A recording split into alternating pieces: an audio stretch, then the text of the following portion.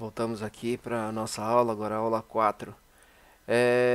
Reparem que a visualização do meu objeto não está apresentando um anchor point, o ponto de ancoragem. O ponto de ancoragem está no canto. A tecla de atalho para fazer com que o ponto de ancoragem volte para o centro seria apertar Ctrl Alt Home. Ele vai buscar o ponto de ancoragem e vai trazer no centro do seu objeto. Tá? O que eu vou fazer agora? Eu vou apagar todos os keyframes. Se eu apagar por aqui, ele não vai resetar os keyframes, tá? É apenas ele vai apagar esses que estão existentes. Eu prefiro utilizar, se eu quero apagar todos, para apagar todos os keyframes pelo reloginho ou cronômetro. Agora um detalhe, se eu deixar posicionado o meu ponteiro nesse ponto e apagar o keyframe, a minha figura vai permanecer dessa forma, com esse ângulo.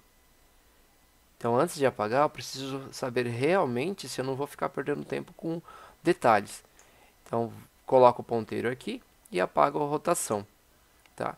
E aqui ele está dando 3 voltas, mas 3 voltas sem ter nenhuma execução, ou seja, 2 keyframes, é igual a zero. Coloco zero e não vai mudar nada. Eu vou pegar o meu objeto e vou apertar agora a letra P de Position. Caso eu queira ver dois recursos ao mesmo tempo, aperto Shift e a letra. Tá? Então eu tenho Position e Rotate, ou P e R. Se eu quero abrir o Scala, aperto Shift, S. Se eu quero só ver um, eu vou apertar o S, ou qualquer outra letra, né, que tenha algum recurso, e aperto novamente, né, só o que eu preciso. Ah, mas eu preciso ver todos. Caso eu queira ver todos, aqui ao lado eu tenho a,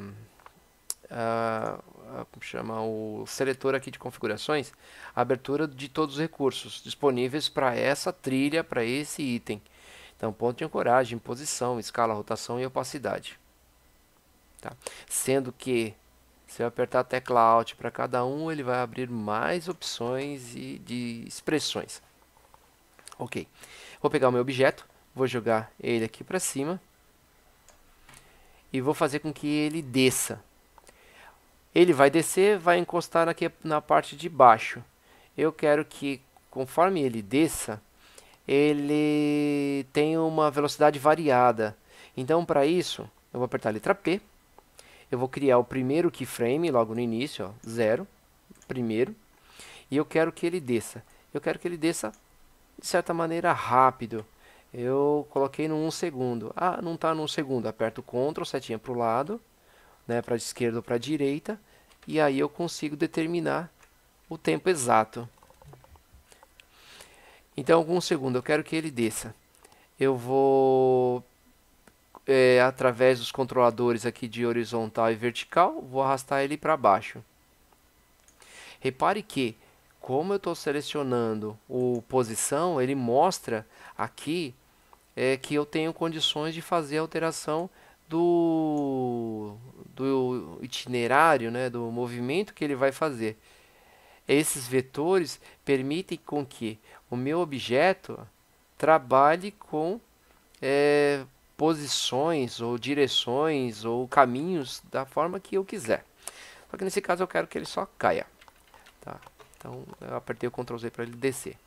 Quando ele cair, ele vai encostar. Eu gostaria que quando ele caísse, que ele ficasse menor. E depois como se ele estivesse sendo esmagado. Aí depois eu vou adicionar um áudio. Tá? Eu poderia trabalhar aí com qualquer tipo de objeto aqui. Então eu vou lá. Então ele desce e eu quero com uma velocidade variável. Para isso, primeiro eu vou clicar aqui em gráficos. Tá?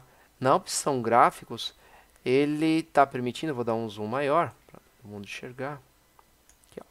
Ele está permitindo com que eu visualize a linha, né, a trajetória dele. Ele está descendo. Eu vou selecionar os dois keyframes. Os dois estão selecionados, vou apertar a tecla F9, ou se não, se eu não quiser apertar a tecla F9, eu poderia aqui, ó, cliquei com o botão direito sobre um keyframe, atenuação simples, que seria o F9. Tá? E aí o keyframe ele muda. Volto lá no gráficos, olha a curva, tá, que está acontecendo aqui. ó, de um para o outro. Então ele vai fazer uma atenuação, ou seja, ele vai executar, mas ó, ele começa rápido, ó, e depois ele reduz a velocidade. Eu vou tirar o F9, ó. Ele começa e termina na mesma velocidade, ó. Eu vou selecionar e vou apertar o F9 de novo. Ele começa lento, acelera e depois ele desacelera. Eu vou adicionar mais um só para um teste. Vou querer que ele volte, né, ele suba. Ó.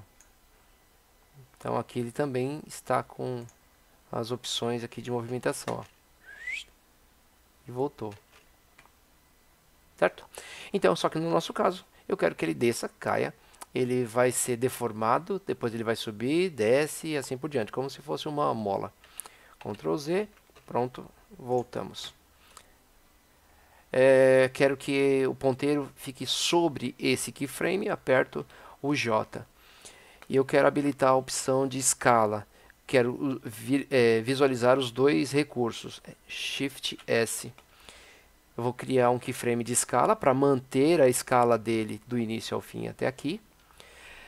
Depois que ele fez esse trajeto, eu quero que ele tenha uma movimentação. Então, ele vai... vamos ver, 2 segundos.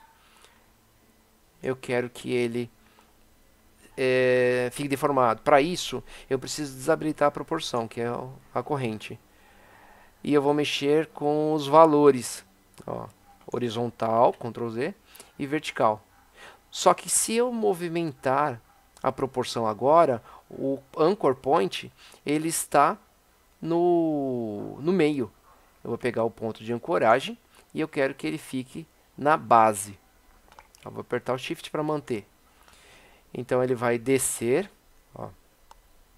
O meu objeto está vindo, ele desce e para. Tá? Ele vai parar aqui. Teve uma falha. Só vou ajustar esse ponto de ancoragem para não ficar errado aqui, ó. Teve uma falha. Então, só descer mais um pouquinho. Pimba. Tá, vou tirar o desfoque. Então, ponto de ancoragem. Ele desce, para, tá? E aqui ele está se movimentando, que é o position. Só que, porque eu estava mexendo nele. Eu não quero essa movimentação. Então eu apaguei. Selecionei aquele keyframe e apaguei. O que eu quero é o escala, né? Então vou tirar novamente aqui. Volto aonde eu já tinha o meu ponto de ancoragem, que eu tinha apagado sem querer. Voltei aqui, ó. Ponto de ancoragem, ele vai se limitar a esse ponto. Quando chegar aqui eu tirei a proporção. Agora eu quero que ele reduza. Então ele vai reduzir para cá. Ah, deu 34%, é um valor médio, não tem necessidade de me preocupar com isso. Aí depois de um tempo, ele vai voltar a ter um tamanho maior. Então, como se ele estivesse se esticando. Aí com o tempo cada vez menor, ele vai se ajustando. Ó. Depois ele fica um pouquinho maior e repara a distância entre os keyframes. Ó, um pouquinho maior que o valor que estava. 85. E aí agora vou colocar com 103 e agora com 100. Vou reduzir a preview para verificar o que vai acontecer. Ó. Dá um play.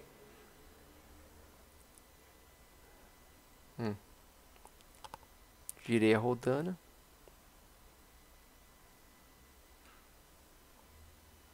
Na próxima aula eu vou mostrar como colocar esse áudio para dar um efeito bem melhor.